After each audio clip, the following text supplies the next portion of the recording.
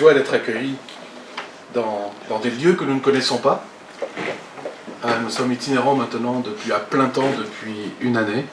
Donc avec Christine, nous avons évolué dans notre ministère, dans notre service. Il y a un ami que peut-être vous connaissez, qui s'appelle Jacques Charaboutique, qui parle pas de son ministère, mais de son ministère. Et j'aime bien ce terme. Ça met un petit peu d'humilité en fait dans ce que nous faisons et dans qui nous sommes. Et parce que c'est le Seigneur qui fait tout. C'est le Seigneur qui fait tout. Nous ne sommes que des instruments entre ses mains qu'il a choisis pour apporter quelque chose de particulier, de précis. C'est un service, c'est vrai, mais c'est lui qui est aux commandes de tout. Donc ça ne nous appartient pas, c'est pas à nous, c'est à lui. Aujourd'hui c'est nous, demain ça sera vous, et puis chacun est employé comme le Saint-Esprit l'entend. La parole de Dieu nous dit dans 1 Corinthiens, oh, il bouge tout seul. Sors. Bon, c'est une blague, c'est pas grave.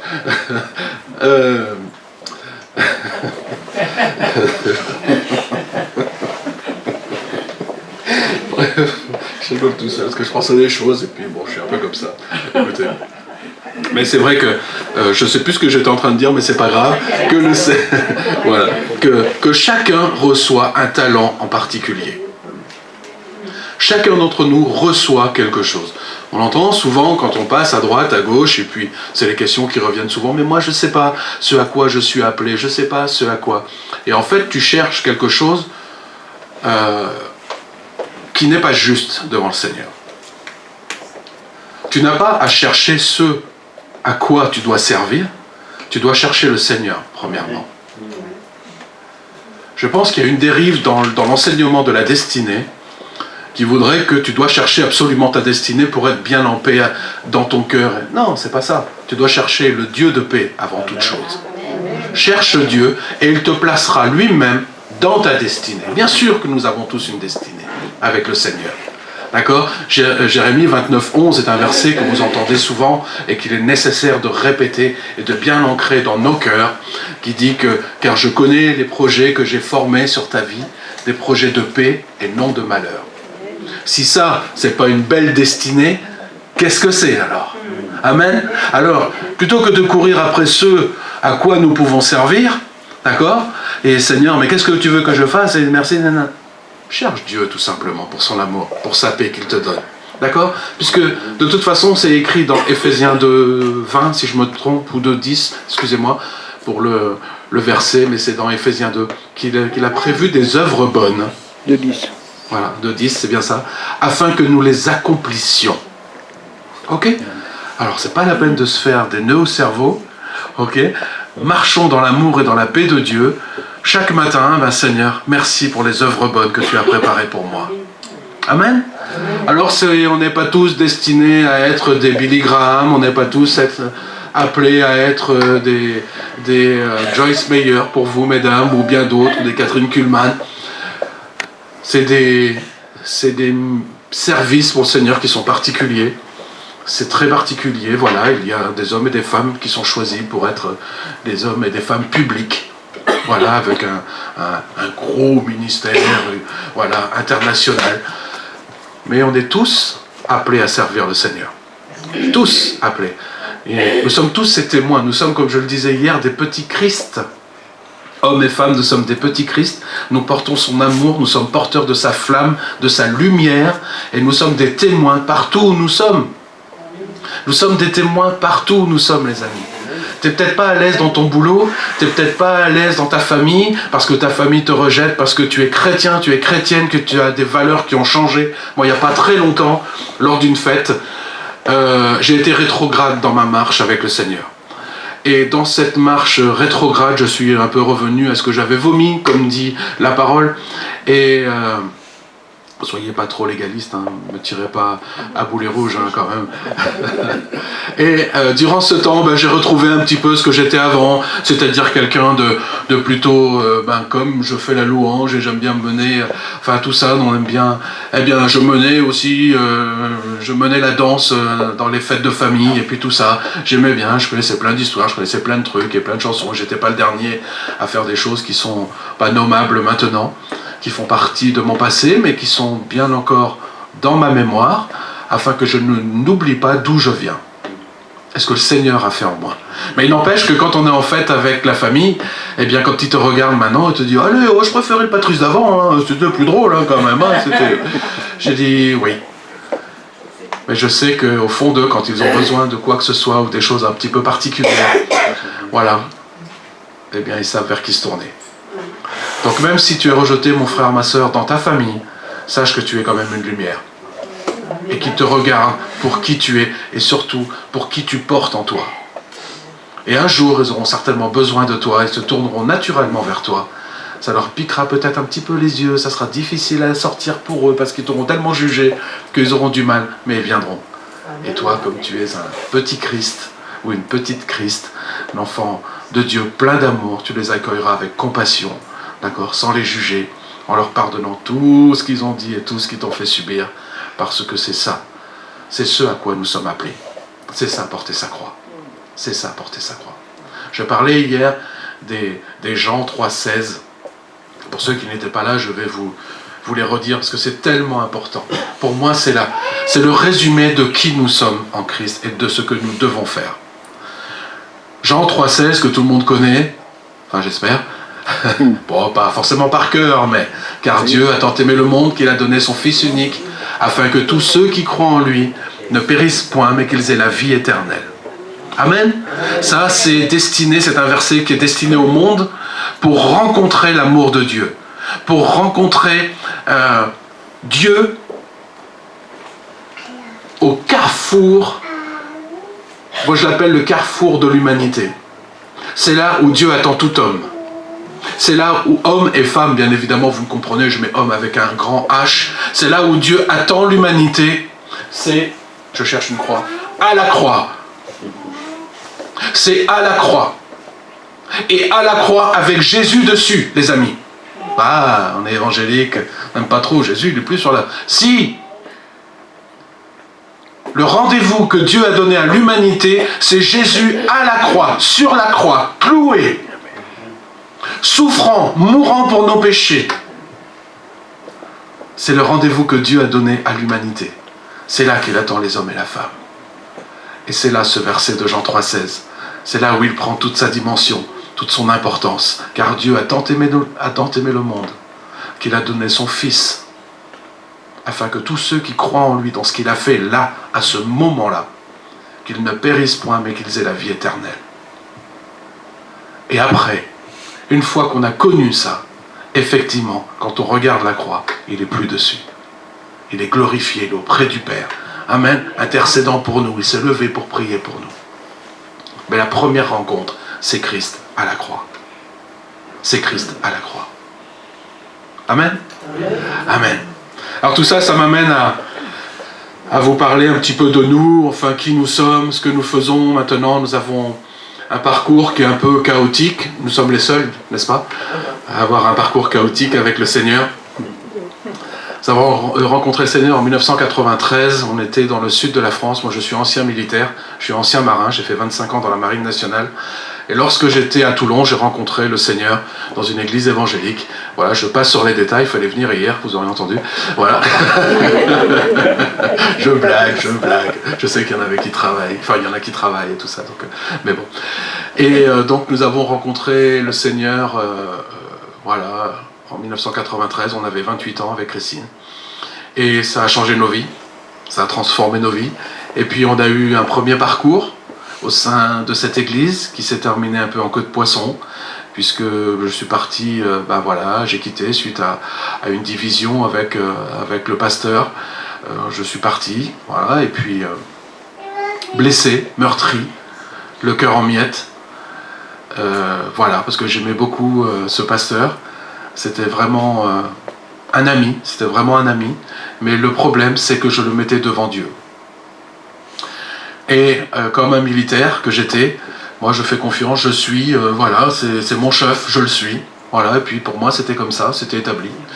Jusqu'au jour où, bon, on a eu des petites accroches, j'étais plus trop en accord sur certaines choses, enfin bref, c'est des problèmes d'église, c'est des problèmes relationnels. Et puis voilà, et puis on s'est séparés douloureusement, très très très douloureusement. Et j'ai claqué la porte à tout.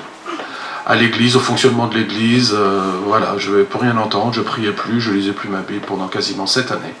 7 ans. Je veux le dire comme ça, parce que cette année, 7 ans, cette année. Et voilà.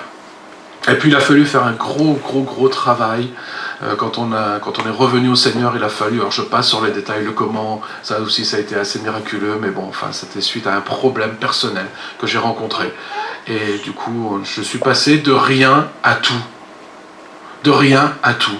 C'est-à-dire que là où il n'y avait plus de feu en moi, où il y avait plus de... J'avais l'impression que tout était éteint, que c'était mort, dans ma voiture tout seul, suite à un problème que j'ai rencontré. J'ai crié à Dieu, j'ai dit mais... Parce que j'avais fait des songes avant qui m'avaient éclairé sur le fait qu'on reviendrait au Seigneur et que nous retrouverions notre place, voilà, dans le corps de Christ, qu'on n'avait jamais quitté. Mais toi, tu as l'impression que tu as tout quitté. Mais pour Dieu, tu n'as rien quitté. Tant que tu n'as pas rejeté Dieu, tant que tu n'as pas rejeté le Saint-Esprit, l'amour du Fils manifesté, enfin l'amour du Père manifesté par le Fils à la croix, tu gardes ta place dans les rangs de l'Église. Mais pour toi, tu n'y es plus. Pour toi, tu es complètement dehors. Pour toi, tu es complètement à côté de la plaque. Et le jour où j'ai crié à Dieu, que je lui ai dit, j'étais tout seul dans ma voiture, je revois encore, et j'ai dit, mais jusqu'à quand ça va durer, quoi. Parce que j'étais tombé dans un orgueil qui était... Voilà. Et là, instantanément, comme quasiment la première fois où j'ai rencontré le Seigneur, j'ai ressenti ce feu qui revenait. Vous savez, cette douche qui tombe, foum, comme ça d'un coup. Tu sens que, voilà, il est là. Tu sens qu'il est là. Il a toujours été là. Mais tu ne le sens pas. La Bible dit qu'il est éternellement avec nous. Que quand tu traverses, on l'a chanté, la vallée de l'ombre de la mort, il est avec toi. Il est avec toi. Des fois, tu en es conscient, et bien souvent, tu n'en es pas conscient, mais il est là. Il ne t'abandonne pas. Mais dans sa grâce, c'est dans son amour, à un moment, sa présence se manifeste, et là, tu sens qu'il est là. Tu le sens, c'est physique. Il est avec toi, tu prends conscience. Et là, je suis passé de rien, presque rien, à tout. J'ai recherché le Seigneur, et puis on a commencé, voilà. Et on a voulu, moi personnellement, je voulais trouver une église assez grande, assez nombreuse, où je me mets au fond et laissez-moi tranquille, d'accord? Je me reconstruis avec le Seigneur, et puis, voilà, laissez-moi en paix, laissez-moi du temps. Et Christine, elle préférait un petit groupe où il n'y a pas grand monde, type groupe de maison. Moi, les groupes de maison, je ne connaissais pas.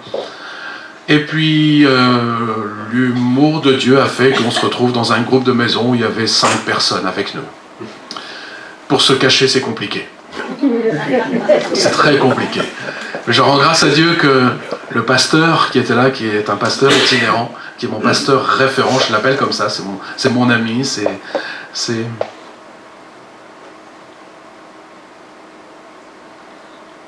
Ouais.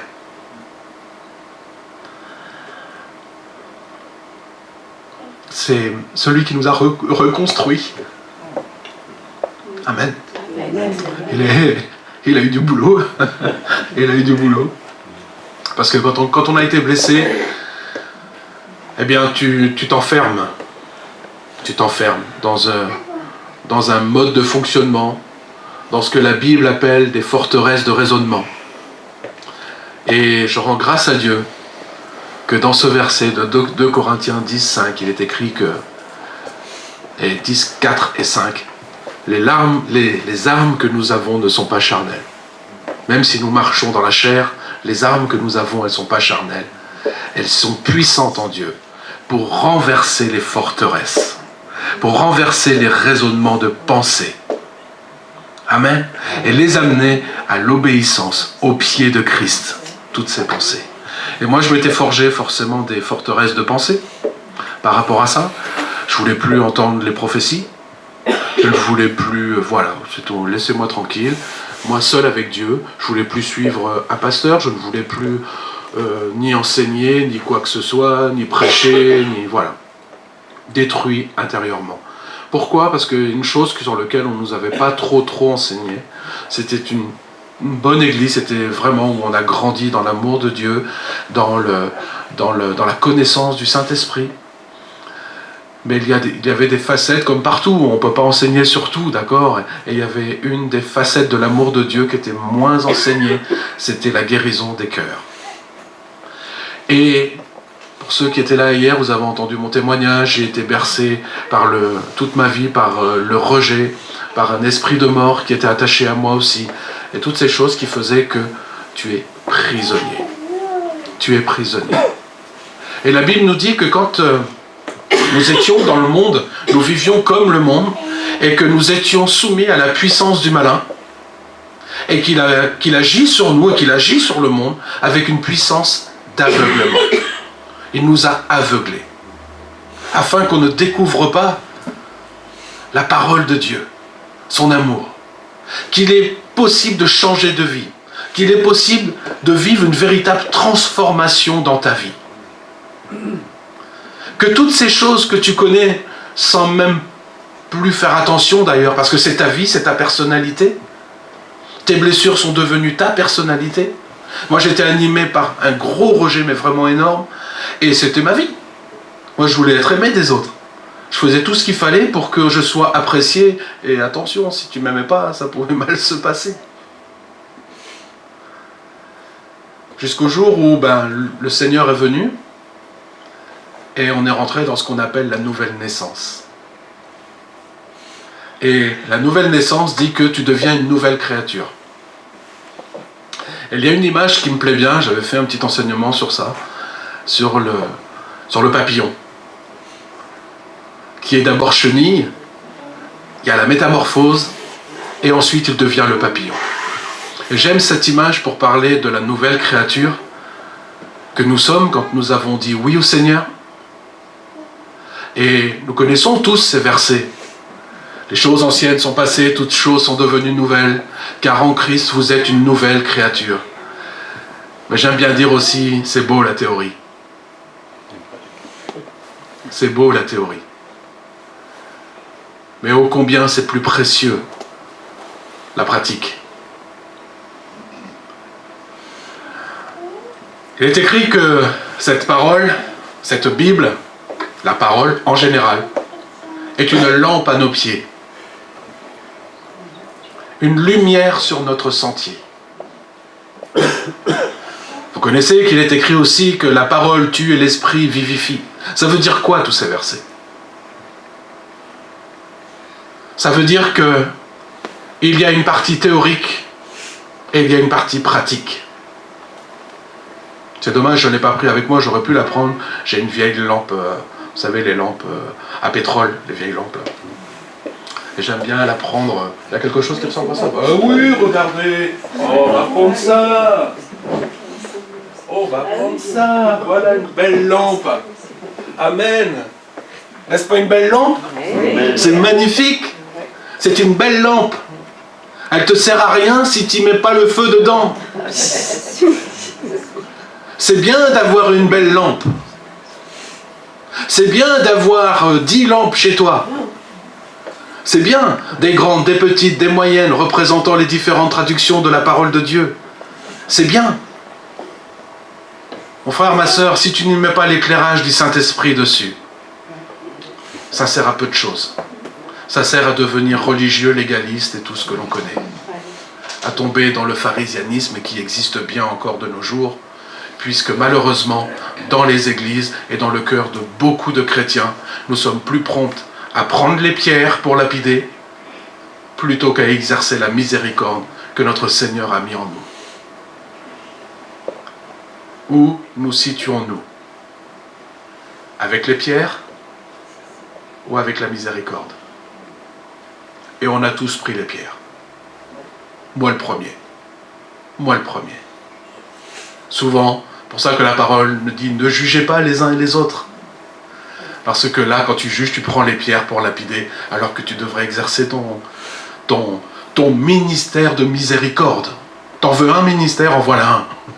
Tu en veux un service, en voilà un, qui est attaché à toi. Celui de la miséricorde et du pardon pour ton frère. Vous connaissez tous ce passage qui dit « Je peux la reposer, ça va ?»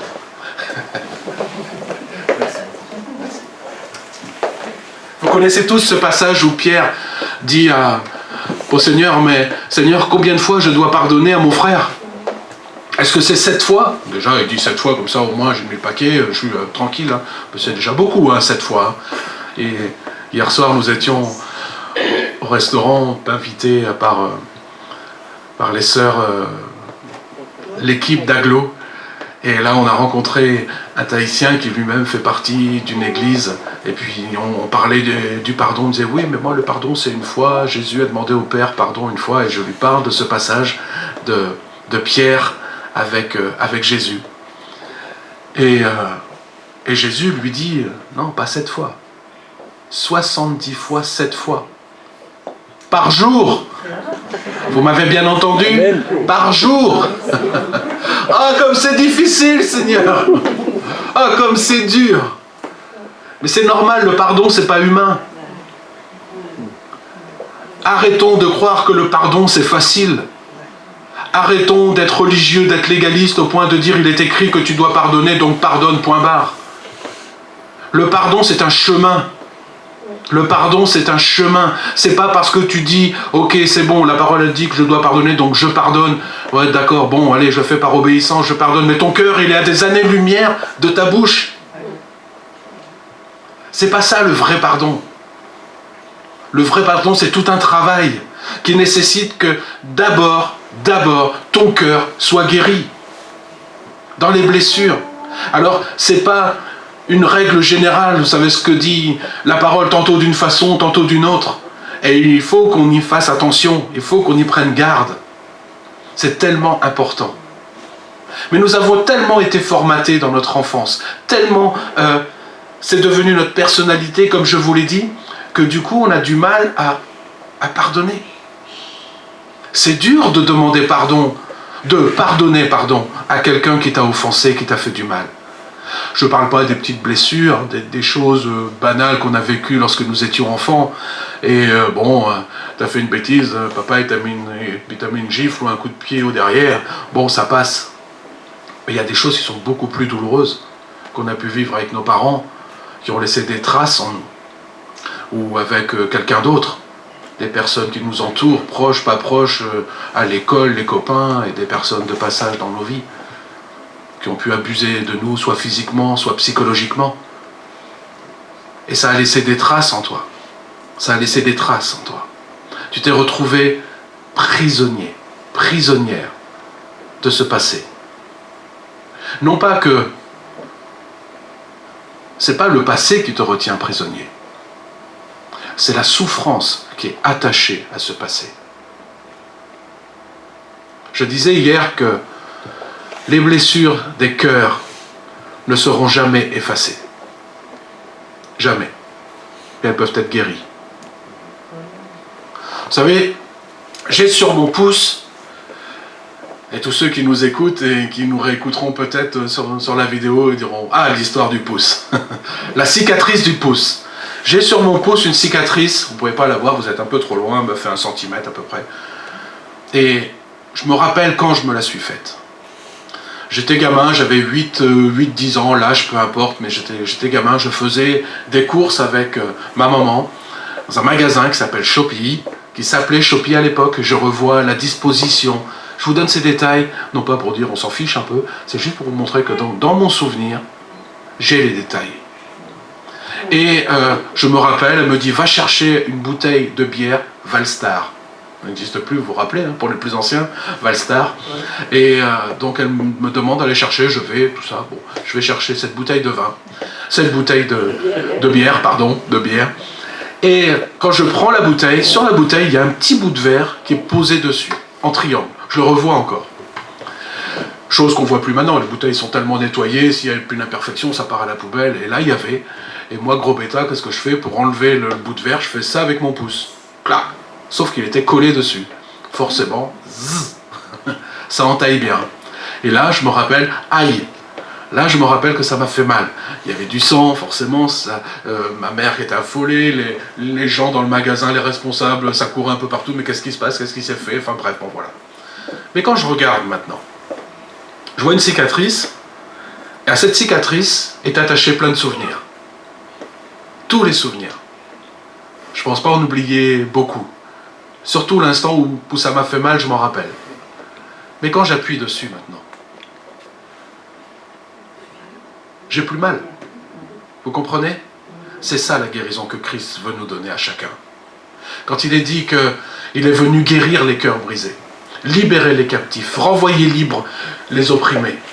nous donner un vêtement de louange à la place de l'esprit abattu, un diadème à la place de l'esprit de mort du deuil. C'est ça.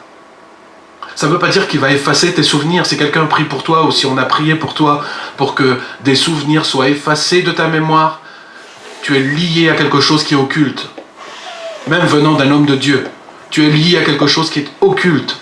Le diable veut te cacher des parties de ta vie. Parce que pour lui, c'est une porte d'entrée dans ta vie. Et il ne veut pas que tu t'en rappelles. Et il y a une doctrine ou un enseignement, je ne sais pas, plutôt un enseignement, ce n'est pas une doctrine, c'est plutôt un enseignement qui tourne autour de la nouvelle créature, qui est faux, qui lie les personnes, qui lie un fardeau, comme Jésus dit aux pharisiens, vous liez un fardeau sur les épaules, mais vous ne pouvez même pas vous-même en bouger, voilà, avec votre petit doigt. Vous ne pouvez pas le bouger. C'est cet enseignement qui dit que tu es une nouvelle créature, donc ton passé, derrière, tu n'as plus pas besoin d'y penser, rejette ça, c'est bon, c'est pas la peine, allez, fais comme si en fait ça n'existait pas. La finalité, c'est ça de cet enseignement, c'est de te faire croire ou de te faire admettre pour que tu sois fort et vaillant, un véritable guerrier ou une véritable guerrière, que ce passé n'existe pas. Mais c'est pas possible, c'est impossible, c'est faux, c'est un faux enseignement. Ce passé existe bien. Sûr qu'on n'a pas besoin d'y rester planté dedans, on n'a pas besoin d'y revenir toutes les 5 minutes. Mais tu as besoin d'y retourner pour être guéri. Tu as besoin. Parce que chacune de ces blessures, et ça n'est pas enseigné, chacune de ces blessures a formé et formaté ton caractère. Chacune en particulier a déposé quelque chose en toi qui fait qui tu es maintenant. Avec tes qualités et tes défauts, dans ton tempérament. Des fois, tu ne comprends pas pourquoi, même malgré des années de conversion, on te dit quelque chose et tu sens que ça te pique à l'intérieur, et voire même que tu rentres en colère dans le couple. Pourquoi on voit des couples chrétiens qui se déchirent encore aujourd'hui, alors que selon la parole de Dieu, ça ne devrait plus être le cas? Pourquoi on voit ça? Vous avez vu le nombre de couples chrétiens qui divorcent? Parce qu'ils ne sont pas guéris de leur passé. Parce qu'on a constitué un couple sur le socle qui est Jésus-Christ et Amen, ça c'est la parole de Dieu, sans guérir les blessures. Et on enseigne que c'est bon, il a payé, il l'a fait à la croix. Amen. Oui, c'est vrai, il l'a fait à la croix. C'est vrai qu'il nous a libérés de nos malédictions, qu'il nous a guéris. Encore faut-il que ça devienne pratique dans nos vies, que ça ne soit pas que de la théorie. Et ce n'est pas une question de force de caractère, parce que souvent j'entends ça, et ça m'horripile, parce que ceux qui disent ça, ce sont des personnes qui sont de caractère plutôt sanguin, d'accord? Il y a 4 types de tempéraments, et tu ne peux pas imposer quelque chose à quelqu'un qui est plutôt flegmatique. Tu ne peux pas imposer une force de caractère qu'il n'a pas. Et ça n'est pas un manque de foi comme on l'enseigne. On dit, mais oui, mais c'est un manque de foi. Appuie-toi sur la parole, tu es libéré de tout ça, c'est bon. Oui, c'est ça, mais c'est pas toi le soir qui pleure. C'est pas toi qui, quand tu entres en contact avec quelqu'un qui a vécu les mêmes choses que toi, si tu as vécu l'abus physique, si tu es passé, mesdames, excusez-moi, je vais peut-être te réveiller des souvenirs qui sont plutôt douloureux, peut-être, j'ai bien dit, si tu es passé par l'avortement, tu as demandé pardon au Seigneur, et tu sais que le Seigneur t'a pardonné, parce qu'il est dit dans la parole que tout ce que nous avons confessé à Dieu est pardonné. Mais il y a des liens émotionnels, des liens spirituels qui sont là, et que tu as beau te dire, mais le Seigneur m'en a libéré, mais pourtant tu sens que tu as toujours cette blessure en toi. Dans toutes ces blessures, et je ne vais pas les énumérer, parce que je pense que tous on en a des blessures, qui nous reviennent sans cesse, alors que tu as demandé pardon, que tu as fait tout ce qu'il fallait, mais il y a là aussi un chemin de guérison. On ne peut pas juste camper sur des versets en se disant, eh bien, si je suis guéri, amen. Et puis, boum, tu t'aperçois que, non, tu n'es pas guéri. Ça, c'est de la méthode Coué, c'est pas de la foi. C'est de la méthode Coué. La foi, c'est être capable à un moment ou un autre de se retourner sur son passé et de bien le visualiser. Tu peux te retourner. Je peux maintenant me retourner sur toutes mes blessures du passé, les plus douloureuses. celles qui ont été attachées à moi pendant des années, des années, des années, des années. Je peux maintenant les regarder en face. Oh, je ne vais pas camper dedans non plus, hein. Je ne suis pas fou, hein. Je ne veux pas faire le jeu du diable, hein. Bien évidemment, parce que c'est là aussi où il nous attend. Mais je suis capable de me retourner sur ce passé, de visualiser chacune de ces blessures et de dire, je ne souffre plus pour ça. Je ne souffre plus pour ça. Ça, c'est la foi. Ça, c'est de la foi. Parce que c'est vrai dans mon cœur. Parce que je le ressens en moi. Souvent on dit, mais t'as pas besoin. Voilà, c'est pas la peine, hein. C'est pas une question de sensation, c'est une question de foi.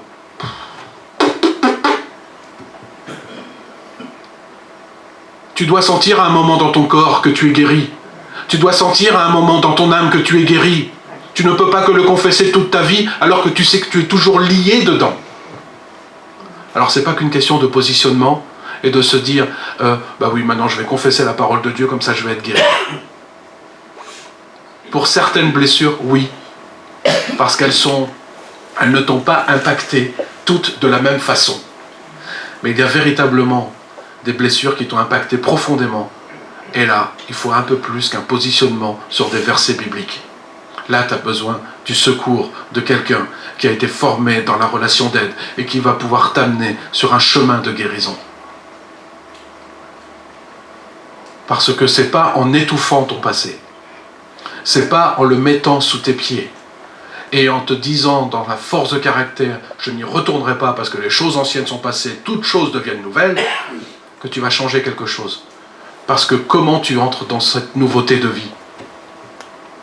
Comment tu entres dans cette nouveauté de vie si ton caractère n'a pas été renouvelé par le Saint-Esprit, si ton âme n'a pas été renouvelée par le Saint-Esprit? Alors encore une fois, il y a la théorie et il y a la pratique.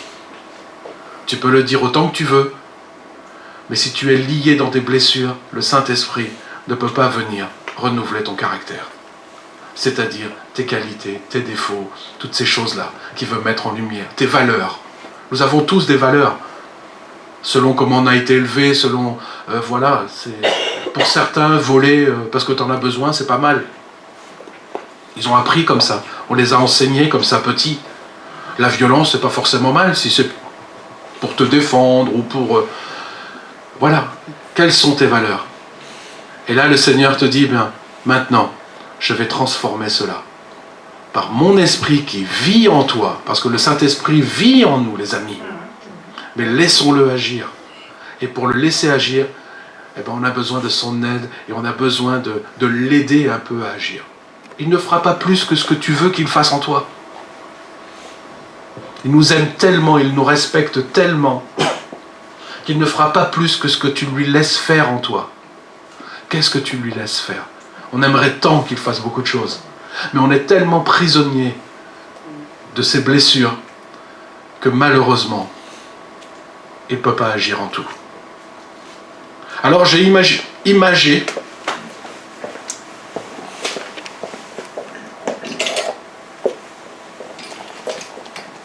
nous étions chenilles. Nous étions tous chenilles avant de rencontrer le Seigneur. Bien vivants. Et vous savez, une chenille passe son temps à manger. Elle ne fait que ça. Que ça. Son seul but, c'est manger. Pourquoi? Parce que elle a besoin, c'est charnel, mais elle se prépare pour, sans le savoir, elle se prépare pour ce qui va venir après. Sans le savoir. Et ce qui est beau, c'est que la parole de Dieu nous dit qu'en chacun, dans Ecclésiaste 3, quelque chose si je me trompe, 3.6 ou 3.10, que Dieu a mis dans le cœur de l'homme la pensée de l'éternité. Sans le savoir, même les plus athées qui soient, l'homme cherche Dieu. Au travers d'une façon ou d'une autre, peut-être pas directement, mais l'homme cherche Dieu parce qu'il est appelé. Dieu a mis quelque chose dans le cœur, comme une bouée de secours pour l'homme. C'est-à-dire qu'il va chercher, au travers de la spiritualité, au travers de plein de choses, mais on est attiré par ce qu'on ne connaît pas. Et même tous ceux qui disent « mais non », au moment des fois les plus compliqués, c'est « oui, quand même, je vais quand même », on ne sait jamais. Et quand nous étions vers de terre, Nous avons grandi dans des forteresses de raisonnement, dans des forteresses de pensée. Je vais le mettre comme ça vous ne voyez pas l'autre qui est mon beau papillon que j'ai mis à l'extérieur. Tiens, d'ailleurs, je vais t'enlever comme ça. Allez, tu vas voler tout à l'heure, sois gentil, reste là, pépère. Voilà. Et nous étions, j'aurais pu mettre une chenille à l'intérieur hein, pour bien dissocier, mais nous sommes créés une carapace défensive, personnelle, qui est faite avec les briques de notre passé, les briques de nos souffrances, de toutes ces choses. C'est notre raisonnement. Et on a vécu là-dedans. On a vécu. Ça, c'est notre vie. C'est notre assurance. On sait comment on vit quand on est à l'intérieur et on a appris à vivre à l'intérieur de cette cage, plus ou moins grande. Et des fois, il y a plusieurs cages, les unes superposées aux autres. Et on vit dedans, et c'est normal. C'est notre vie. Et puis un jour, le Seigneur vient, il vient à ta rencontre, puisque la parole de Dieu nous dit que... Pardon, peut-être vous enregistrez, donc il faut que je reste devant le micro. Alors je vais faire une chose, alors je vais le prendre. Voilà. J'ai la bougeotte. Et le Seigneur vient, tu le rencontres sur ton chemin, c'est lui qui vient à ta rencontre. Il dit qu'il nous a aimés le premier. Et là, il te fait comprendre qu'il y a autre chose, que tu as besoin de naître de nouveau. Est-ce que, Seigneur, est-ce que ça veut dire que je dois re-rentrer dans le sein de ma maman, comme l'a dit Nicodème? Non. Cette nouvelle naissance est spirituelle. Elle vient de Dieu. C'est la volonté de Dieu pour toi. Et cette chenille que nous avons été, inconsciemment, s'est préparée à la rencontre de Dieu. Tout comme cette chenille qui ne faisait que manger, parce qu'elle mangeait pourquoi? Pour accumuler ce qu'il faut pour la transformation en papillon. Et puis nous avons dit oui au Seigneur, nous l'avons rencontré, amen, nous avons reçu son esprit et nous sommes entrés dans ce qu'on appelle la nouvelle naissance. Et nous sommes devenus papillons. Est-ce que pour autant, instantanément, quand tu as dit oui au Seigneur, tu as guéri de ton passé? Est-ce que pour autant, là où tu étais colérique, tu n'es plus colérique? Là où tu as des sentiments de honte, ils ont disparu. Est-ce que là où il y a des sentiments de rejet, est-ce qu'ils ont disparu? Est-ce que tu étais gros, tu es devenu maigre? Tu étais petit, tu es devenu grand? Non, mais des fois, dans les enseignements, on a l'impression que le miracle est là, parce que c'est un miracle de rencontrer le Seigneur, je le crois véritablement. Mais la transformation se fait un peu dans le temps. Amen. Mais il n'empêche que nous sommes dans la nouvelle naissance. Nous sommes un papillon.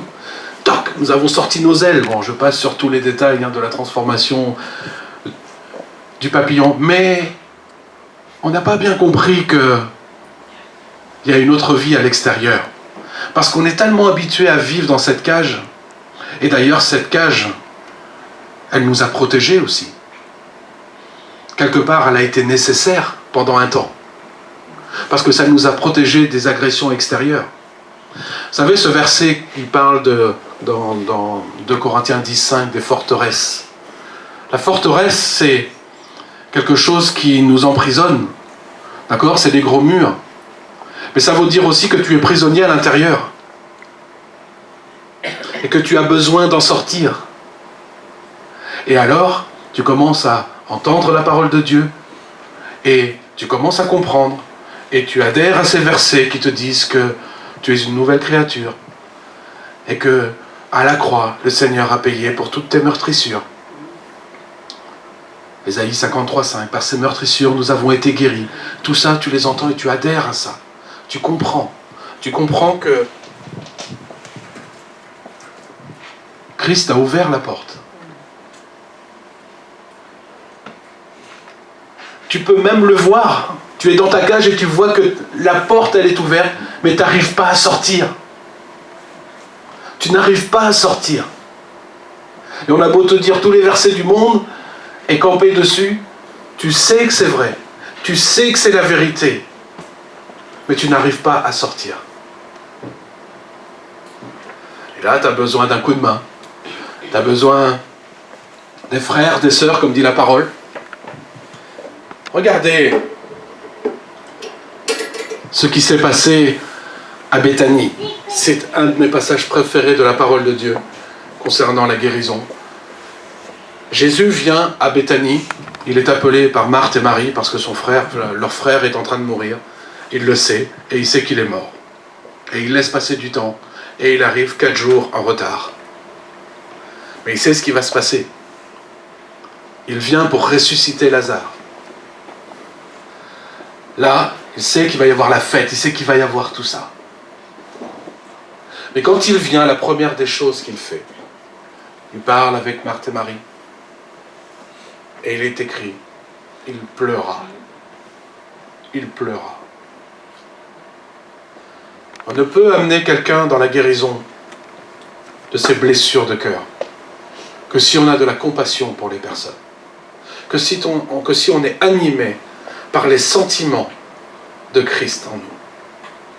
Ça, c'est un renouvellement de notre intelligence, de l'esprit de notre intelligence. Quand nous étions chenilles, ou quand nous étions encore prisonniers de cette cage, ça veut dire que ce sont des sentiments qui ne sont pas ceux de Christ. On vit avec des sentiments qui sont purement charnels. Peut-être que tu vis encore dans des sentiments de peur. Peut-être que tu vis dans des sentiments de rejet, dans des sentiments de honte, d'infériorité, de soumission. Toutes ces choses qui ont formé cette cage. Mais dans Philippiens, Paul nous dit, revêtez-vous des sentiments de Christ. Ayez en vous les sentiments de Christ. Qui sont tous les sentiments que nous donne le Saint-Esprit. Qui est en nous déjà. Je disais hier qu'on a tout reçu, les amis. Tout. Tu as reçu le Saint-Esprit. On a chanté tout à l'heure Abba Père. C'est dans ce verset qui dit que nous étions orphelins et nous avons reçu le Saint-Esprit qui crie en nous Abba Père. Nous ne sommes plus de ce monde, les amis. Nous avons une nouvelle identité en Christ. Et cette nouvelle identité dit que nous avons le Saint-Esprit en nous, qui est venu avec ce que j'appellerais tout un package. Il n'est pas venu à moitié. Il n'est pas venu juste, comme j'ai dit hier, avec un sac vide. D'accord ? Le Saint-Esprit est Dieu. Est-ce que Dieu peut se diviser et dire, bon ben je donne qu'une partie de moi, hein, pour le reste, plus tard. Dieu ne peut pas se diviser. Le Saint-Esprit ne peut pas se diviser. Le Saint-Esprit est le Saint-Esprit, avec toutes les caractéristiques qui le personnalisent. Son amour, sa bonté, les fruits de l'esprit, d'accord, ou le fruit de l'esprit, les 9 facettes du fruit de l'esprit, mais tout le reste aussi, tous les sentiments qui animaient Jésus-Christ. La compassion, l'amour, l'humilité, et toutes ces choses. Et Paul dit, ayez en vous ces sentiments. Ayez en vous ces sentiments. Et quand tu es blessé, que tu es meurtri, tu as besoin d'être au contact de personnes qui ont ces sentiments, tout au moins ceux qu'il faut pour t'apporter la guérison. Et c'est peut-être pour ça que dans le corps de Christ, il y a encore tellement, je le vois sur vos visages, les amis, je vois que ça trotte. Mais c'est partout où on passe. Partout où on passe. On se rend compte qu'on est plus animé par la théorie que par la pratique. Que nous avons la lumière, que nous avons la lampe. Mais que sur certains versets, il manque la lumière qui va avec. Cette lumière qui donne vie. Tu sais, reprends ce passage, j'ai plus la référence de la lampe et la lumière, peu importe. C'est pourtant assez facile, mais c'est le psaume 119. 119, voilà, oui, c'est ça. 119, 115. 105. Oui, c'est ça. 105, 105, 119, 105, c'est ça. Merci beaucoup, mon frère. Et qui dit que, voilà, cette parole est une lampe, une lumière sur ton chemin. Imagine-toi sur un sentier, sur ton chemin. Ce sentier, c'est ton chemin. Tu as la parole de Dieu qui est attachée à tes pieds. Tu as la belle lampe, tu as la plus belle des lampes. Tu ne peux pas en trouver une meilleure. Si elle est éteinte, tu peux toujours marcher. tu ne vois pas où tu mets les pieds. Et là, tu peux sortir du chemin que Dieu a tracé pour toi. Et tu te retrouves sur un terrain et tu te demandes, mais qu'est-ce que je fais là? Tout d'un coup, tu prends conscience, tu dis, mais qu'est-ce que je fais là? Là, tu es entré dans le terrain de l'ennemi. Tu as quitté le chemin que le Seigneur avait tracé pour toi. Parce qu'il te manque la lumière qui éclaire tes pieds, qui éclaire le chemin. La parole nous dit que le chemin, il n'est pas très large. Hein, mais quand même suffisamment large pour qu'on y marche dessus. Quand même, les amis. Hein, on ne va pas trop non plus... Quand même suffisamment large pour qu'on y marche dessus. Et chacun d'entre nous peut marcher sur ce chemin. Encore faut-il que les versets que nous utilisons soient éclairés du Saint-Esprit, de façon à ce qu'on puisse les mettre en pratique. Et là, tu vois où tu mets le pied. Et là, tu vois que sur ton chemin, là où tu allais poser le pied, il y a une pierre. Une pierre, c'est le symbole de tes blessures du passé qui peuvent te faire chuter à tel moment. Parce que tu connais quelqu'un qui a besoin d'aide, qui a besoin de secours, et puis tu te sens impuissant. Tu aimerais pourtant, tu aimerais apporter quelque chose, tu aimerais lui dire des choses, mais que tu te sens lié, tu te sens empêché. Je ne vais pas faire l'éloge du diable, parce qu'il est sous nos pieds, mais encore faut-il qu'il y soit véritablement. Et là aussi, le diable n'a de puissance que ce que tu lui laisses. Que ce que tu lui laisses. Si tu connais ton identité en Christ, si tu sais qui tu es en Christ, il n'a pas d'autorité sur ta vie. Mais par contre, dans tes blessures, dans tes sentiments de peur, de rejet, et toutes ces choses, là, ça lui donne un point sur lequel il peut appuyer et venir te perturber. Et c'est ce qui se passe dans nos vies. Il n'a pas d'autorité, mais quelque part, il a un droit pour venir appuyer dessus. Et tant que tu n'es pas libéré, il a toujours ce droit. C'est ce qu'on appelle aussi des liens, qui se servent pour venir te perturber et te faire du mal. Et quand tu voudrais apporter quelque chose à quelqu'un, à ce moment-là, il appuie dessus et te dit, mais qui tu es, toi? Puisqu'il y a encore ça dans ta vie. Puisqu'il y a encore ça. Dans 2 Pierre 2, 19, il est écrit que nous sommes esclaves de ce qui nous a vaincus. Il nous faut faire très attention à toutes ces choses. Qu'est-ce qui domine encore sur ta vie? Quel sentiment domine sur ta vie? Là, tu sais que tu as un travail à faire avec le Saint-Esprit. On a besoin d'être éclairé. Parce que pour beaucoup, on est aveuglé. Parce qu'on est encore là-dedans. On est aveuglé. Il y a des choses auxquelles on n'a pas conscience. Parce que, soit volontairement, soit involontairement, soit le Père, ou soit le diable, a caché des choses en toi. Et les raisons ne sont pas les mêmes, à chaque fois. Quand c'est toi ou le Père, quand c'est toi, volontairement ou involontairement, c'est pour prendre une position défensive.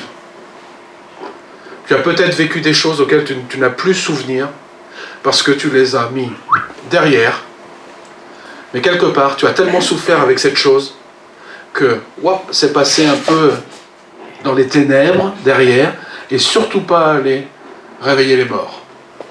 Parce que là, tu emploies une position défensive.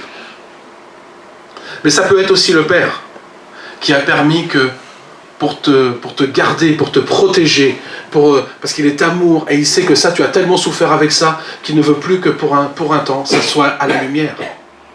Jusqu'au moment opportun, où maintenant, ça peut venir à la lumière, maintenant, tu es suffisamment fort ou forte pour affronter ça, pour en être libéré. Mais ça peut être aussi le diable qui l'a caché et qui ne veut surtout pas que ça vienne à ta pensée. Il t'a aveuglé sur ça parce que pour lui, ça lui donne une porte d'entrée dans ton cœur et dans tes pensées. Et c'est pour cela que des fois, tu t'en rends pas compte. Pour qui, pourquoi? Et ça, on va tous se reconnaître à un moment ou à un autre. Tu es en train de, tu es en train de faire quelque chose, tu fais la vaisselle, tu fais à manger, tu es en train de bosser, tu bricoles, tu fais un truc, tu conduis, tu écoutes une prédication, et tout d'un coup, Tu as le flash de quelque chose de mauvais qui s'est passé dans ta vie, et puis voilà, ou une mauvaise pensée, tu t'es disputé avec machin, alors que tu n'y pensais pas du tout, tout d'un coup, voilà, ça arrive, comme ça, et ça te perturbe. Ça, c'est les portes d'entrée que nous avons là-dedans, que l'ennemi se sert pour venir te perturber, pour venir te faire du mal, dans tes pensées et dans ton cœur. Pour te sortir de la concentration que tu peux avoir sur quelque chose. Parce que pendant que tu penses à ça, tu n'écoutes pas le reste. Vous voyez, toutes ces choses ont besoin d'être libérées de nous, ont besoin d'être évacuées. Mais il est tellement... C'est marqué, hein, Jean 10, il vient pour voler, égorger et détruire, alors que le Seigneur est venu pour donner sa vie et la donner en abondance. Quand on prend conscience de ce verset, quand on commence à avoir conscience des portes d'entrée que l'on peut avoir dans notre pensée, qui ont été ouvertes à cause des blessures, une blessure vient d'un choc émotionnel. Un choc émotionnel grave a ouvert des portes en nous. Quand on a conscience de ça, je peux vous assurer qu'il y a des versets qui viennent à la lumière, qui prennent toute leur puissance, toute leur force. Vous avez la révélation qui dit, mais oui, voilà pourquoi il veut voler ma vie, voilà pourquoi il veut me détruire. Parce qu'il peut encore accéder là-dedans. C'est uniquement là-dedans que ça se passe, les amis. C'est uniquement là-dedans. Puisque nous sommes en Christ. Tout se passe là-dedans. La guérison, elle est là. Parce que les blessures que tu as vécues, c'est dans le passé. Ça n'est plus présent maintenant. Mais c'est marqué au fer rouge là-dedans. Et c'est ça ce qui a besoin d'être guéri. Par le renouvellement du Saint-Esprit. Et là, c'est notre travail. C'est ce que nous faisons depuis maintenant plusieurs années, mais à plein temps maintenant, où on est appelé à droite, à gauche pour apporter ce message de la guérison, pour mettre en lumière les choses. C'est sûr que sur une prédication, on ne peut pas faire ce que l'on fait sur une semaine de séminaire, comme on a vécu la semaine dernière. Mais je sais que déjà, rien que dans ce je vous ai dit, il y a des choses qui vous sont revenues. Il y a des choses où vous dites, oui, c'est vrai, là j'ai besoin de guérison. Là, c'est encore bien présent en moi. Parce que ce que veut le Seigneur, c'est pas que vous restiez à l'intérieur. Là, je reprends mon pépère. Viens ici. Il veut que tu sois là. Amen. Il veut que tu domines sur ton passé.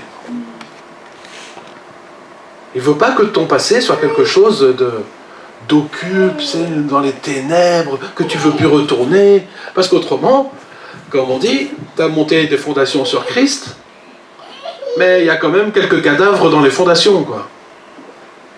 Et ça, le Seigneur veut enlever. Parce que lui ne veut pas de mélange.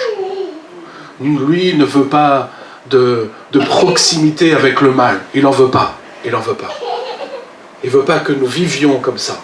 Il ne veut plus que nous soyons à l'intérieur, mais à l'extérieur de notre cage. Alors il nous a tout donné pour le faire. Tout est dans la parole de Dieu. Mais il nous faut du temps. Il nous faut la prise de conscience que ce n'est pas qu'en rabâchant des versets à la méthode Coué qu'on va guérir. D'accord ? C'est vrai que nous devons prendre position sur la guérison et appliquer ce qu'est la foi. C'est-à-dire, c'est croire en quelque chose qui n'existe pas, que je ne vois pas encore. D'accord ? Ça existe bien, pardon, excusez-moi, mais ça n'est pas encore mis en lumière dans ma vie, mais je sais que ça va venir. Mais si tu ne fais que te répéter ça toute ta vie, il ne va rien se passer. Il y a un moment, il faut agir. Il y a un moment, il faut agir.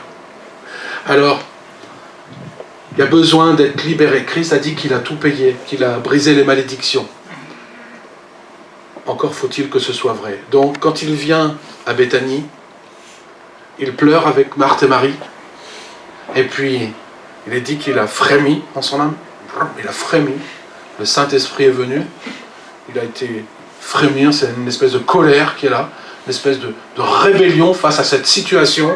D'accord ? Comme nous aussi, on éprouve à certains moments quand on voit des frères et des sœurs liés et qui, dans la souffrance de ce qu'ils ont vécu il y a X temps, ça nous met en colère à l'intérieur de voir que le diable a encore réussi pendant tant de temps à vous maintenir sous un joug d'oppression, sous un joug de souffrance, alors que ça s'est passé il y a des années en arrière. Si j'ai pris une gifle dans ma vie, je n'ai plus la marque sur ma joue. Elle ne me fait pas souffrir. Par contre, c'est la souffrance qui est attachée au souvenir. Non mais, vous imaginez ce piège dans lequel on est entré. Il nous a liés par le souvenir d'une souffrance. Alors que le Seigneur dit, mais moi je veux te libérer complètement. Je veux que tu sois la personne que moi j'ai en pensée. Mais j'ai besoin de ton passé. Ton passé va te servir. Il est écrit que toute chose concourt au bien de l'Éternel. Difficile à avaler ça, hein? C'est difficile à avaler. Mais je disais hier, parce que je l'ai entendu dans un film, qui disait que le Seigneur est capable de tirer des merveilles des pires atrocités que nous avons vécues. Dans mes blessures, j'ai pas le temps de toutes vous les citer, je les ai même pas toutes dites hier. Mais je sais que maintenant, quand je parle avec quelqu'un, avec un homme qui a vécu certaines choses, ou avec une femme aussi, qui a vécu certaines choses, maintenant je peux dire ce que moi j'ai vécu à l'instant. J'ai dit, mais tu sais ça, moi j'ai vécu. Je sais ton chemin, je sais par quelle souffrance tu es passé. Je dis, mais regarde, quand on dit que le Seigneur guérit, c'est vrai. Je ne souffre plus de ça. Donc, c'est plus facile pour apporter quelque chose. C'est plus facile. Et c'est ce que le Seigneur veut faire avec vous aussi. Vous savez, toutes ces choses que vous ne voulez plus penser, parce que ça a tellement été douloureux, atroce, sordide. Et le Seigneur, il dit, ce que je veux, c'est effacer la souffrance qui est attachée à ça. Parce qu'il y a plein de gens qui souffrent encore avec ça. Ce que tu as vécu, d'autres l'ont vécu. Et qui je vais envoyer? Qui mieux que toi, qui est guéri maintenant? Qui mieux que toi pour apporter le secours à ces personnes-là? Soyez, les amis, les instruments de la guérison pour d'autres. Soyez ces instruments. Dans Ésaïe 61, il est dit, vous connaissez ce passage, peut-être pas par cœur, mais il est dit que l'Éternel est sur moi, il m'a oint pour apporter une bonne nouvelle, pour guérir ceux qui ont le cœur brisé, et pour rendre libre tous les opprimés, et tout ça. Et on dit, oui, mais ça c'est pour le Seigneur. Mais la mission qui a été confiée au Seigneur est la même pour nous aussi. C'est notre rôle, c'est notre but, c'est notre travail, c'est notre service. C'est notre ministère à tous, que d'apporter cette guérison aux autres, que d'apporter cette solution, que de leur dire, mais tu sais que dans le Seigneur, tu peux être guéri, ton cœur, tes blessures peuvent disparaître. Pas le souvenir, ça tu l'effaceras jamais. Mais la souffrance qui est attachée à ce souvenir, oui, c'est ça la guérison. Et ta vie peut être changée, transformée. Quand tu trouves la guérison, là tu laisses la place au Saint-Esprit que maintenant de venir guérir ton caractère. Et il peut renouveler ton esprit. Ton âme, qui est le siège de ta conscience, ton intelligence, tes émotions, de ton caractère, et de toutes ces choses. Vous comprenez? Dans Ésaïe 58:12, c'est encore plus précis. Je vais vous le lire. Bon, je le connais quasiment par cœur aussi, mais je préfère vous le lire. Parce que moi, j'oublie pas un mot. Et ça ne dénature pas le sens. C'est derrière les petites cartes. Ah oui. Oui, voilà. Là, il s'adresse à nous. Directement. Et il dit, les tiens rebâtiront sur d'anciennes ruines. Tu relèveras des fondements antiques. Oh, on t'appellera réparateur des brèches. C'est pas que Patrice et Christine, hein. C'est pas parce que c'est le nom de notre association que c'est que nous. Ça, c'est pour tous. C'est notre service, c'est notre ministère à tous. Tu veux savoir ta destinée? Elle est là. Déjà, ça commence là. On t'appellera réparateur des brèches, celui qui restaure les chemins, qui rend le pays habitable. C'est quoi tout ça? Il parle de notre cœur. Il parle de ton cœur, là. Il te dit, je vais commencer par toi, dans Ésaïe 61. Alors c'est marrant parce qu'il faut venir d'abord dans 61, puis revenir dans le 58 après. Et il dit, ben voilà. Dans Ésaïe 61:4, il reprend le même passage. Il reprend le même passage, sauf qu'il n'emploie pas « on t'appellera réparateur des brèches ». Mais il prend, voilà, tu rebâtiras sur des ruines anciennes, tu relèveras les décombres. Dans ces séminaires que nous organisons, il y aura 3 types. Le premier type de séminaire, le premier thème, c'est relever les fondements antiques. Pourquoi? Parce que tout commence de ton enfance. de ta conception jusqu'à ton adolescence, ça commence là déjà. Et si tu n'es pas guéri de ce temps-là, tu pousses de travers. Et tu as besoin d'être redressé. Tu as besoin d'être remis, en fait, comme le Seigneur voulait que tu sois à la base. Bien sûr qu'il n'a pas voulu toutes ces blessures que nous avons vécues. C'est pas lui qui a orchestré ça, c'est pas lui qui l'a permis. Il l'a même pas permis, mais il n'a pas pu agir. Mais par contre, il est capable de retirer des merveilles de ce que l'on a vécu. Des merveilles. Pour nous, premièrement, et pour les autres ensuite. Donc, visionnez, ayez en pensée ça, ce verset-là. Oui, on peut prendre celui-ci aussi, mais j'aime bien 58-12 parce qu'il est écrit « On t'appellera réparateur des brèches ». Ça, c'est notre mission. Peut-être que là, vous vous dites « Oh là là, mais je ne suis pas appelé à faire de la restauration, de la relation d'aide. » Tous, on est appelés à ça, les amis. Tous, à un moment ou un autre, tu es capable de parler à quelqu'un, de le prendre dans tes bras, afin de lui dire quelque chose. Encore faut-il que tu sois guéri dans ton cœur. Vous verrez quand vous aurez trouvé véritablement la guérison. On a vécu des choses glorieuses cette semaine. C'était le premier séminaire que nous organisions. Nous avons toujours été participants ou invités. On mettait les pieds sous la table et puis on se laissait conduire. C'était facile. Là, il fallait organiser, trouver le lieu, enfin, tout ça. On l'a fait à Roussy, chez Michel et Corinne Allard, dans le centre qui s'appelle le Bon Samaritain. Donc le Bon Samaritain repris du service, comme on dit. Voilà, on organise des séminaires. Et durant cette semaine, c'est allé, comme le dit encore une fois la parole, au-delà de ce que nous pensions ou imaginions. Une sœur a, toute la semaine, je vais vous donner que cet exemple, une sœur déjà d'un certain âge, donc forcément plus on avance dans l'âge et plus on vit des choses, et voilà, c'est normal, c'est naturel. Et quoique, il y en a qui sont très jeunes et qui ont un vécu qui déjà... Ouf, voilà. Et cette sœur a commencé chaque jour, au travers des enseignements, des partages qu'il y avait les uns avec les autres. C'est très important. On laisse du temps de libre pour que chacun puisse. Et puis, c'est naturel parce que dans les enseignements, ça fait remonter des choses, ça donne des petits éclairages sur des points, sur les liens, le monde spirituel, comment il agit sur nous, notre caractère, comment il a été formaté, comment on pense qu'on est toujours maître de nos décisions, de notre comportement. Faux. La plupart du temps, ça passe directement par ton inconscient. Tu réagis par inconscience. Enfin bref, bon, voilà. Toutes ces choses-là, un éclairage sur les liens générationnels, enfin toutes ces choses-là. Et chaque jour, elle a reçu quelque chose. Chaque jour, elle a reçu une pièce, dans le désordre. Jusqu'au dernier jour, où là, elle a reçu la pièce manquante, où elle a pu tout remettre dans l'ordre. Et là, elle a vécu une guérison instantanée, dans son cœur. Et quand elle a vécu cette guérison, elle a fait ça. Gloire à Dieu! Sauf qu'elle est venue comme ça, parce qu'elle ne pouvait pas lever le bras. Elle ne pouvait pas lever son bras, elle avait un problème à l'épaule, voilà, à la coiffe, je crois. Et d'un coup d'un seul, elle a levé les bras, gloire à Dieu. Et là, elle s'est aperçue que, oui, mais guérison instantanée dans son corps.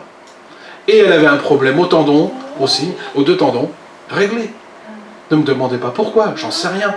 Ce que je sais, c'est ce que j'ai dit hier, et comme tu l'as dit, Paul, que la guérison du cœur amène des guérisons de corps.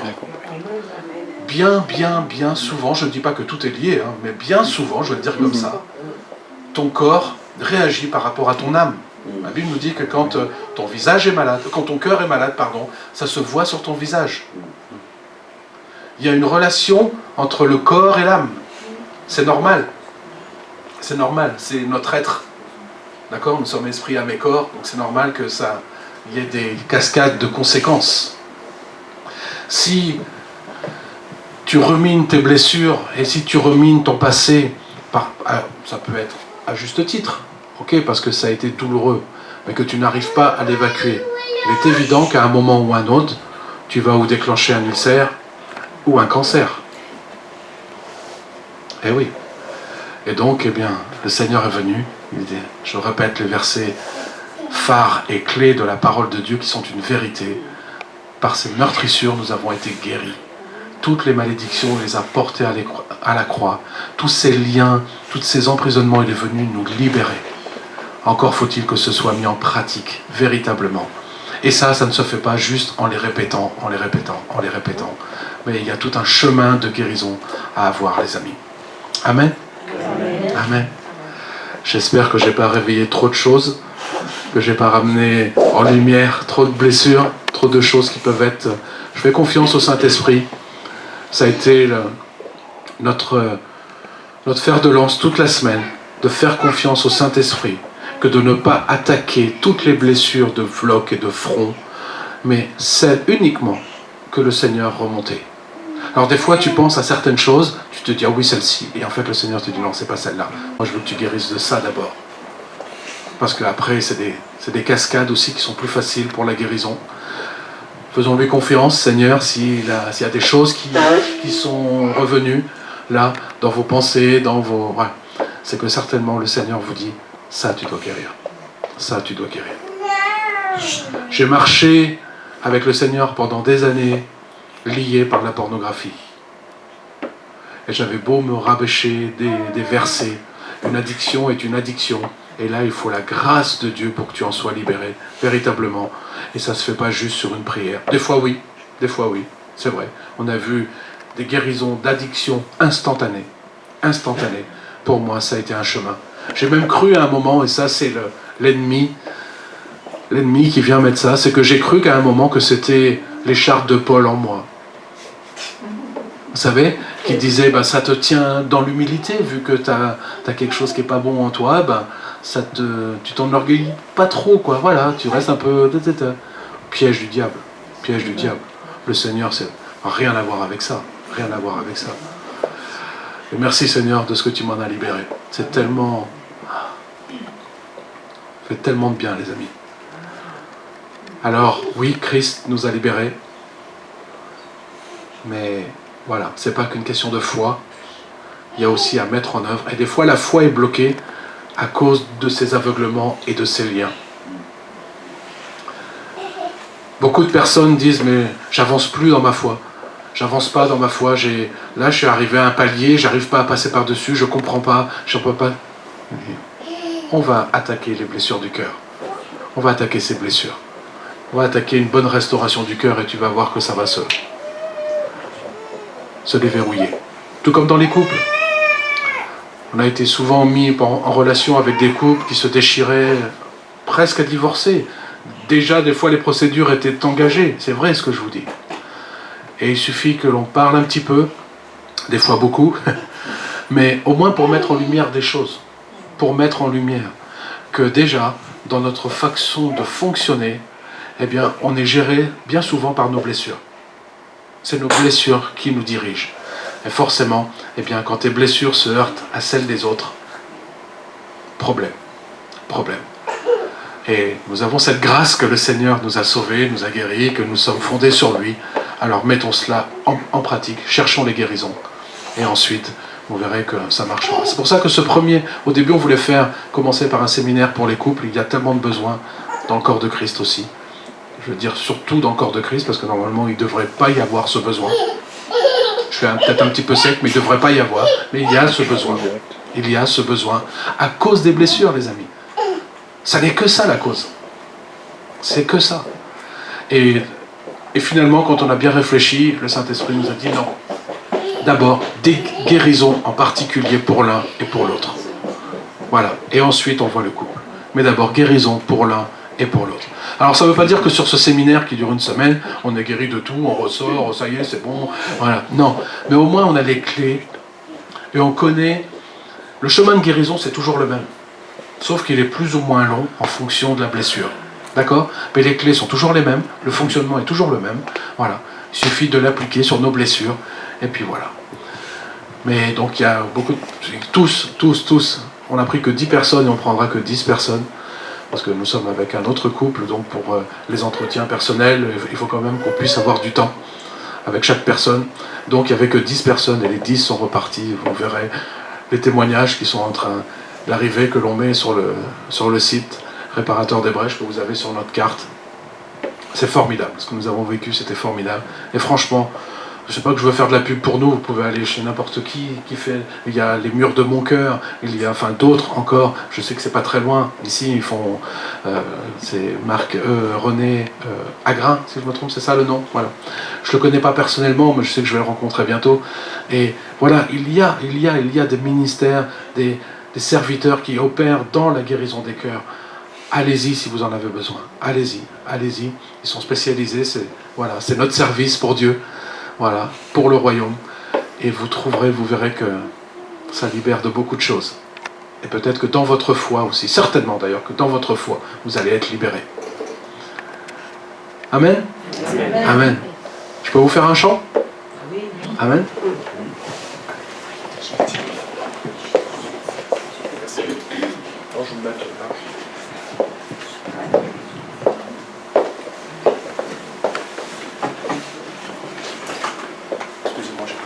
J'espère que je ne suis pas trop long. Tu me dis ça va?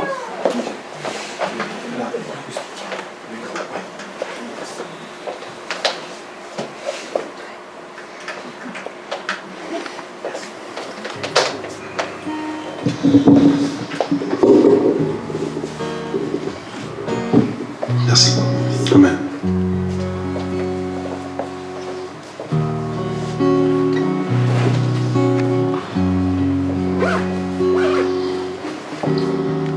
Si tu entends ma voix,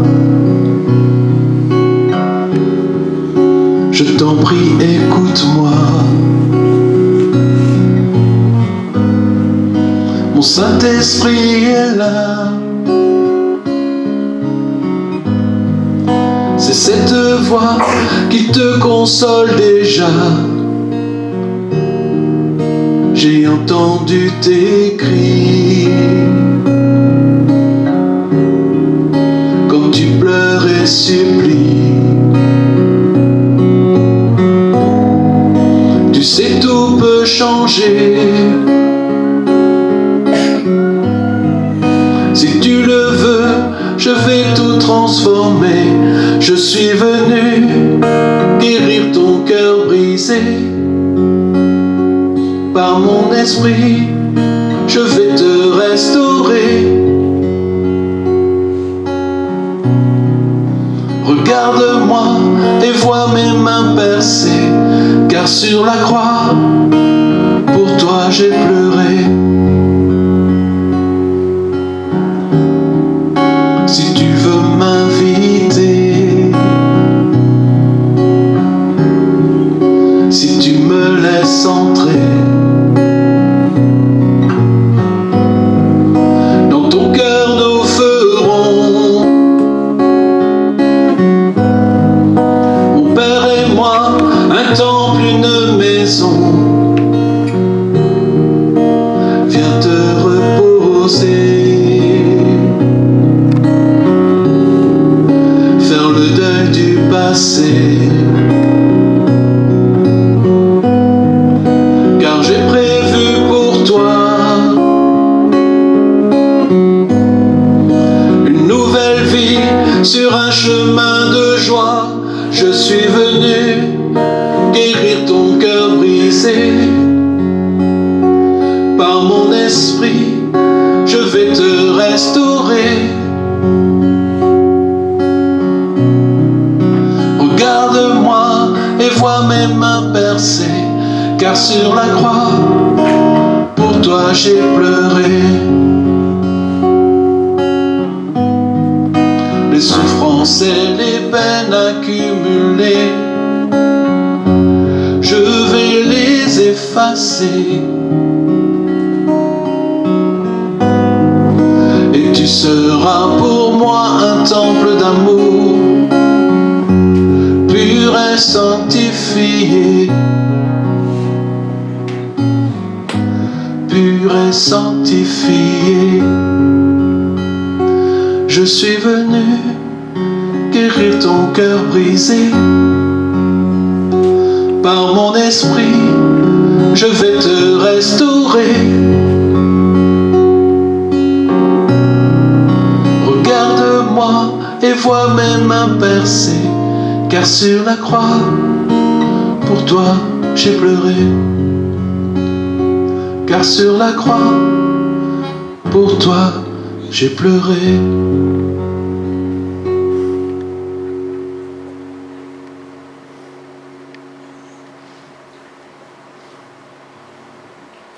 Amen.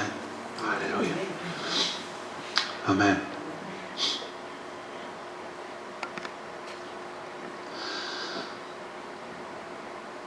Rappelez-vous, les amis, que c'est dans nos faiblesses que le Seigneur nous rend forts. Une de mes grandes faiblesses, c'est que j'étais nul en français.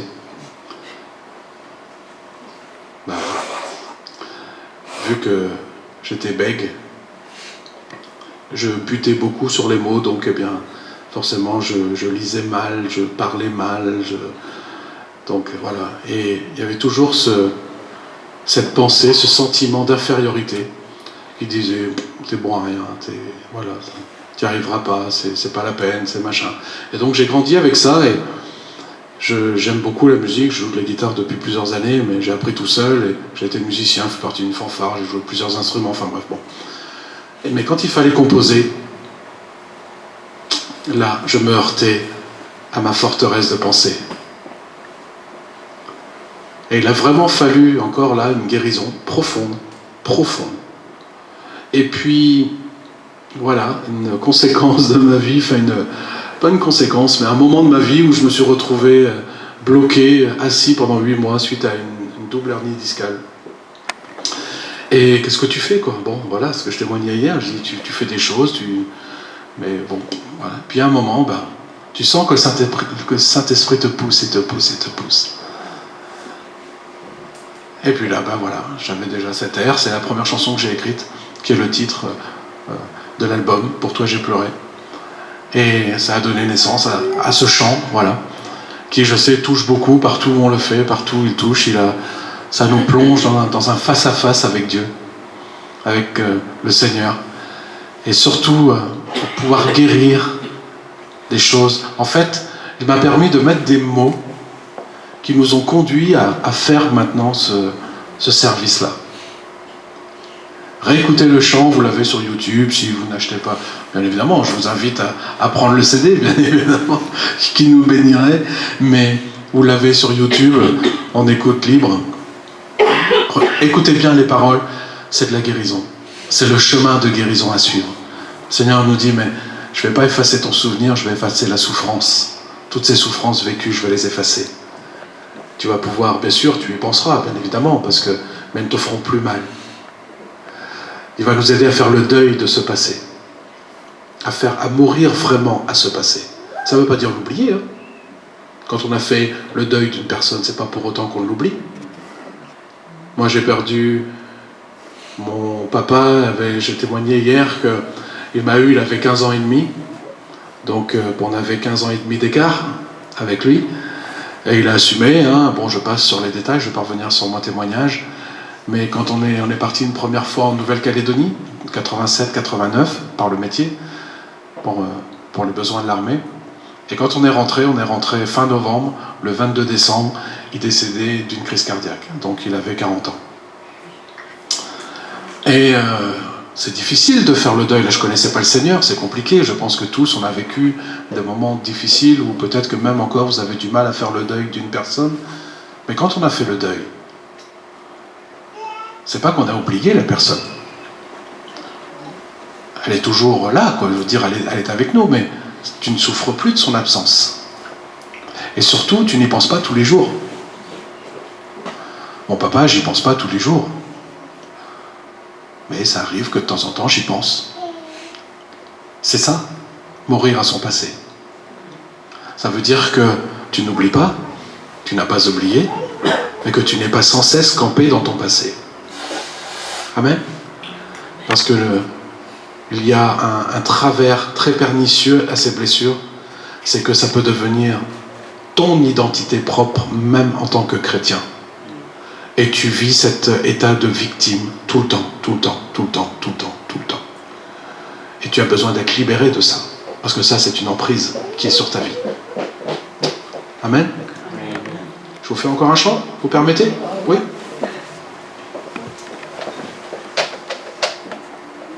Si je peux peux en faire 2, j'en fais 2, Paul. Si tu me permets. Oui. Comme tu veux. D'accord. C'est gentil. Alors, je ne les connais pas par cœur. C'est un chant récent, donc je connais pas par cœur. Là, oui. Christine, tu peux me donner un pédale, s'il te plaît? Elle est dans le cadre.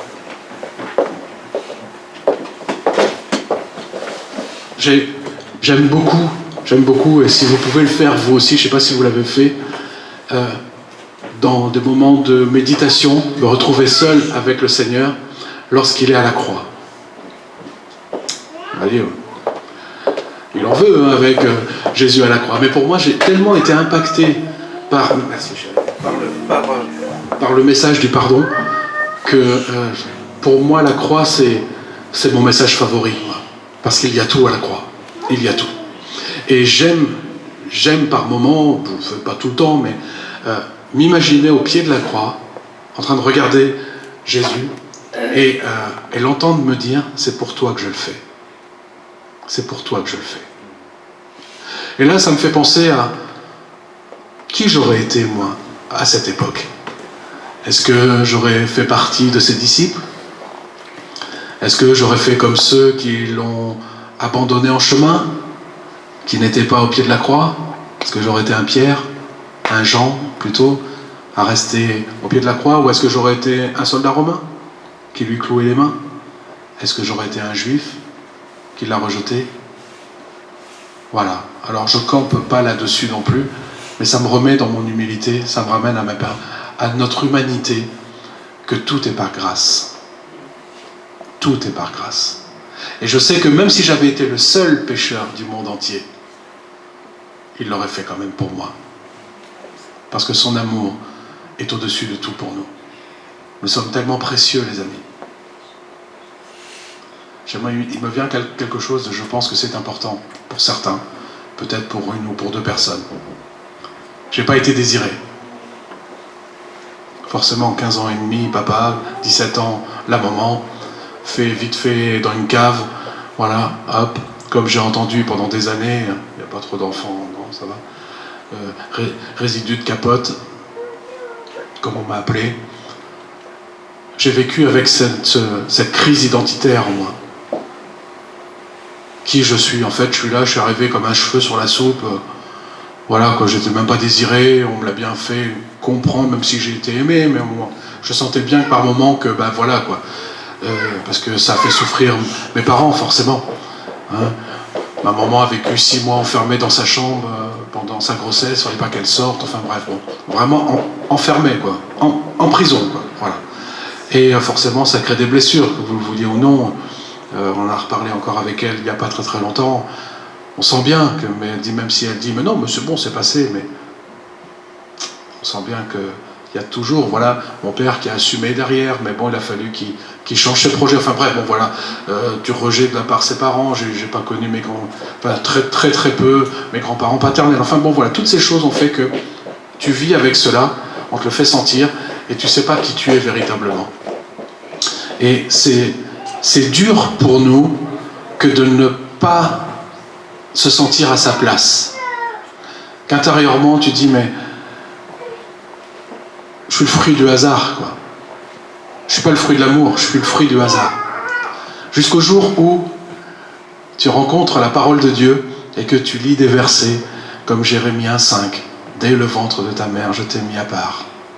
Le psaume 139 qui dit, avant même que tu naisses, je connaissais tous tes jours. Ils sont tous inscrits sur un livre de vie. Éphésiens 1,4 qui nous dit que nous étions connus avant la fondation du monde. Tous ces versets qui te réconcilient avec le Père, qui est l'esprit d'adoption qui est en nous, qui crie que tu appartiens à Dieu et que c'est là ton véritable Père. C'est lui qui t'a voulu, c'est lui qui t'a pensé et tu es venu. Pas forcément dans les circonstances que lui aurait souhaité pour toi, parce qu'on a rencontré des personnes qui étaient le fruit de l'inceste, d'autres le fruit du viol. Bon, voilà. Et là, bah forcément, tu nais avec cette crise identitaire en toi, et Dieu, tout d'un coup, se met sur toi et vient sur toi et dit, tu es mon enfant. Moi, je t'ai voulu. Le diable a perverti le plan que j'avais pour toi. Tu es né d'une manière violente. Ça n'était pas mon plan pour toi. mais c'est moi qui t'ai voulu. Et il te restaure. Il te restaure dans ton cœur et dans ta relation avec lui. Et souvent, quand on a du mal avec l'amour du Père, à comprendre ou à vivre l'amour du Père, c'est qu'il y a une crise identitaire derrière. Et quand tu es réconcilié avec ça, réconcilié avec tes parents, que tu sais qu'ils ne sont pas, toujours pas responsables de ta venue sur terre, d'accord? Oh, combien tu es en paix avec le Père tout d'un coup. Oh, combien tu es en paix avec lui. Et là, tu laisses place à son amour qui vient et qui coule et qui coule et qui te fait du bien. Amen. Alors, mon ami, mon frère, ma soeur, c'est au moins pour 2 personnes. Sache que le Père t'a voulu. Tu étais dans ses plans. Mais pas forcément dans la façon dont tu es venu. Ça, c'est le diable qui a perverti ce plan. Amen.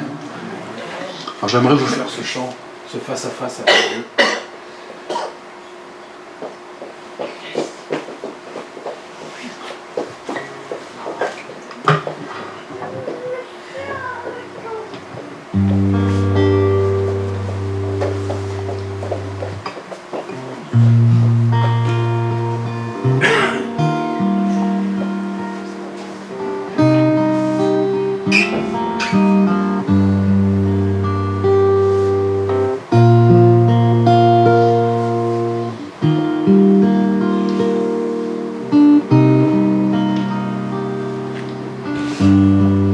J'étais là devant toi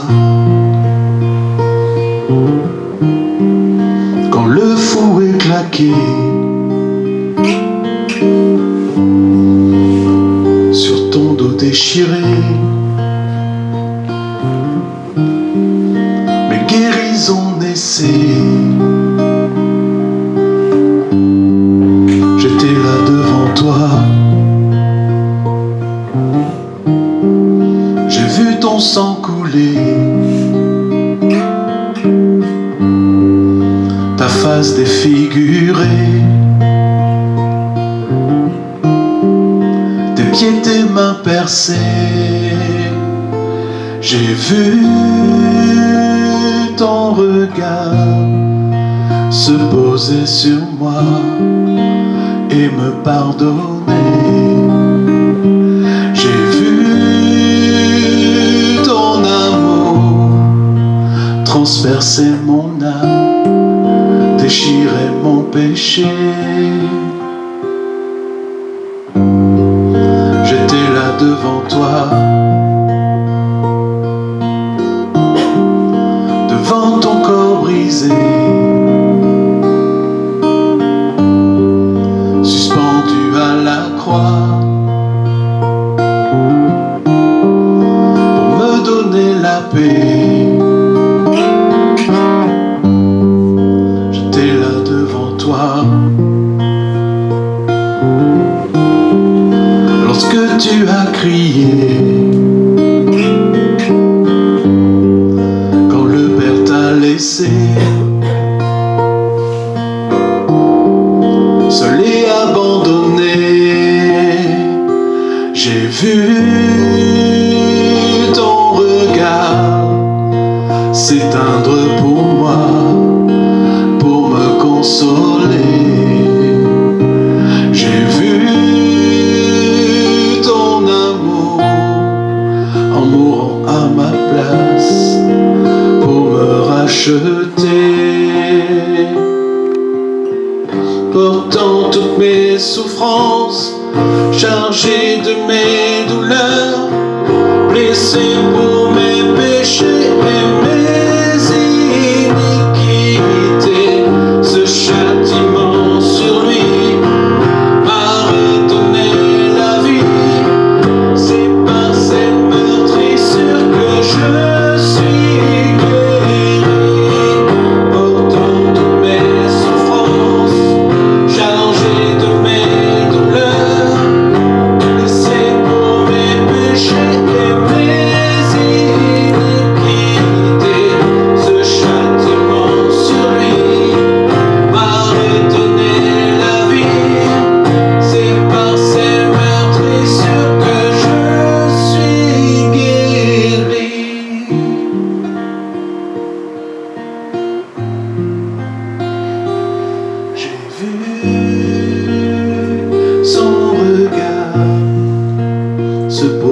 sur moi et me pardonner. J'ai vu son amour transpercer mon âme, déchirer mon péché. J'ai vu ton regard s'éteindre pour moi, pour me consoler. J'ai vu ton amour en mourant à ma place pour que je sois sauvé.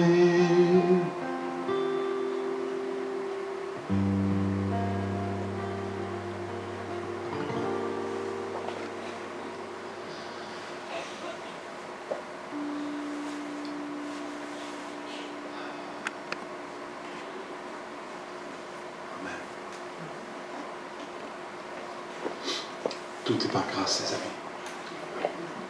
Tout est par grâce. Il a tout accompli. Il a tout accompli pour nous. Amen. Allez, on finit avec un chant qui booste un peu. Bon, vous ne connaissez pas les paroles. Mais vous allez voir, le refrain est facile. Vous allez pouvoir... Amen. On ne va pas rester sur une note pesante, là. Bon, même si c'est de la grâce. Mais... Allez. Tout à l'heure, on a chanté Abba Père. Quand j'ai entendu ce chant, j'étais justement sur la composition d'un chant.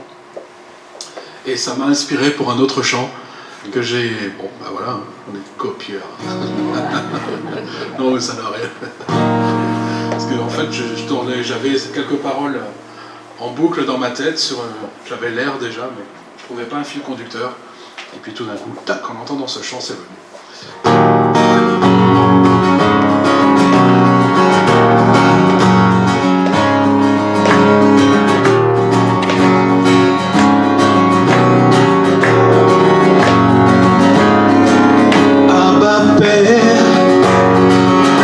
Tu as libéré sur ma vie tes douces ondées, ces eaux vives d'amour déversé, le révèle que je suis aimé.